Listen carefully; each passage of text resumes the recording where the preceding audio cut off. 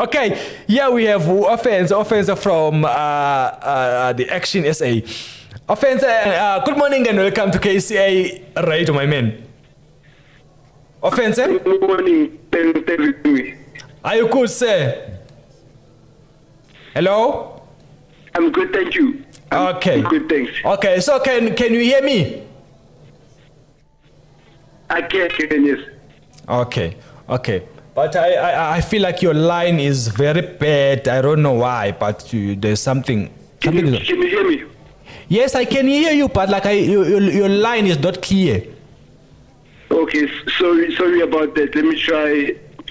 Yeah, now you sound better. Around so you can hear me. Yeah, now you sound better, man. Okay.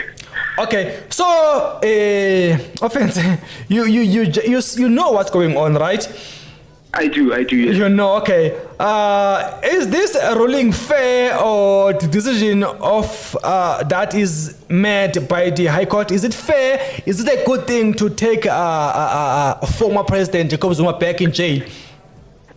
According to the High Court ordered Zuma to return to prison. The Gauteng Court in Pretoria ruled that the former National Council of Correctional Services, Arthur Fraser's decision to place former Jacob President Zuma on medical parole was unlawful and ordered that he should go back to prison. In my own understanding is that why should the law place itself in that circumstance to take back the former president into prison, where else what they need to do is correct him and make sure that he doesn't make the same mistake or do that again. As they first put him in a place where he was on contempt of court, they don't need to embarrass him like that and take him back in that position where he needs to go back to jail. He should have been fined or along those lines, yes. Okay. Okay. So, now I think like this. Oh, okay, sorry. Okay, now I feel like they think like, okay, Jacob Zuma is not sick. That's how I feel. That's what I think. So do you think like they feel like, okay, if he was sick or if he was ill, now he's better, so he must go back to jail? What might be the reason of them wanting Jacob Zuma back in prison? Okay, they just think that they justified his reasoning for imprisonment, which is medical parole, as unlawful for him to return back to prison to purge his sentence on contempt of court. But I feel like if they wanted him to go back to prison, he would have purged his reasoning for prison in a different way, which he can go to bail or go through his trial process in a correct manner, because you can't skip the trial process and expect to go to jail for something that's not yet put on pen and paper. Do you get what I'm saying? So you need to go to trial, and you can't be denied the access or the privilege of going to trial as a citizen. So we need to go through all those laws and check that did we not violate the former president's right in a certain way, because if we violate those rights, then we need to go back to our jotting books and make sure that we don't violate his rights. Yeah. Okay. Do you think it is indeed a political revenge, as the FF said? I believe it is a situation of political revenge and misuse of law. From the ANC, right? Or maybe even out. Pardon? You think it's a political revenge within the ANC or maybe from the other political parties? Okay, I believe ANC also has a hand in political revenge. You know what I'm saying? Within the ANC itself, within two people, within the former president and the current president, I think there is political revenge. Yes, I believe there is a malicious use of law, because the law must serve its purpose of rehabilitation or bringing order to the society. You know. Again, there's absolutely no reason to do that. Oh, okay. All right. And then what happened to the EFF wanting Zuma to go to jail? Remember, EFF once said like they want Jacob Zuma in jail no matter what. He's gonna go in prison. So like, what happened now? Because it seems like they've changed. Okay. At that time, you must understand that political transitions happen all the time.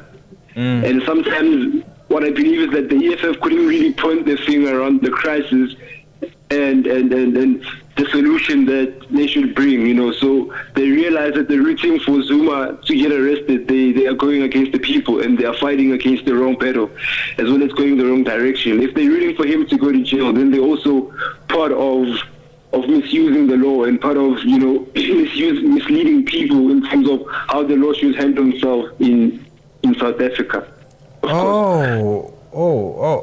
Okay. So like, and then to us as Messis, or to us as let's say if we are following the EFF, so is not that a kind of confusion? Because I think some other people they have outgrown some hate against Jacob Zuma, and then all of a sudden now we are changing and say like, hey, this is wrong. Are you not confusing us as people who are following you? Yeah, it does confuse people, you know. This comes back to something more or less like a coalition, like a colluded government. It comes back to something like that, because people believe when they follow you and your constitution, your ethics, and what you do, you're obviously serving them right when it comes to justice, when it comes to the economy, when it comes to, you know, handling our country. So when you come with the confusion whereby you're siding with someone who's never been part of your constitution, you do get confused, but people do understand in the long run and in the long term that you're doing it for the interest, for the rights and the interest of the people, to make sure that they also benefit from individuals. And a former president that actually was the only real president, I think, and I believe that, you know. So sometimes it's good to, you know, to make things clear to people that it wasn't confusion, it wasn't taking sides, but political transitions happen all the time. So we need to move and make shifts with it in the correct manner. Hey, this is a different game, man. This is a different and difficult game to understand. Okay, you know almost that Jacob Zuma just released his book, right?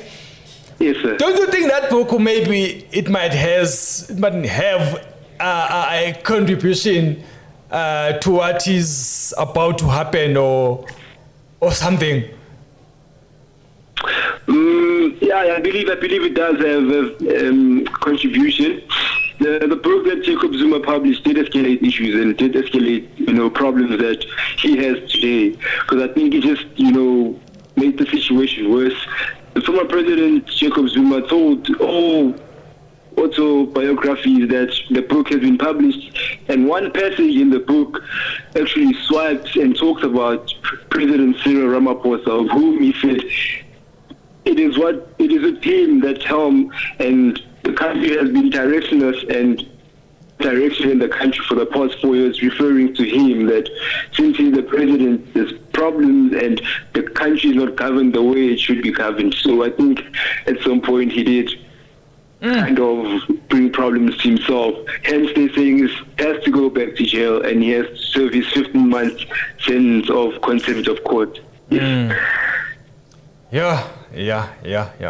I want us to talk, maybe, I'm not sure next year or when, but I want us to talk about that book.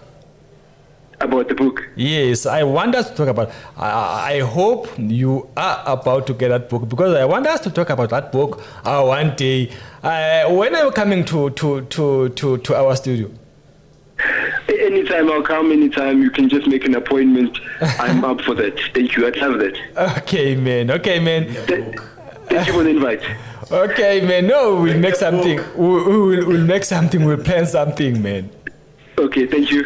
Thank you so much, man, for your time and for your everything. I hope you will have yourself and your family a happy Christmas, right? Thank you to you too, guys. Okay, thanks, man. Sharp, sharp.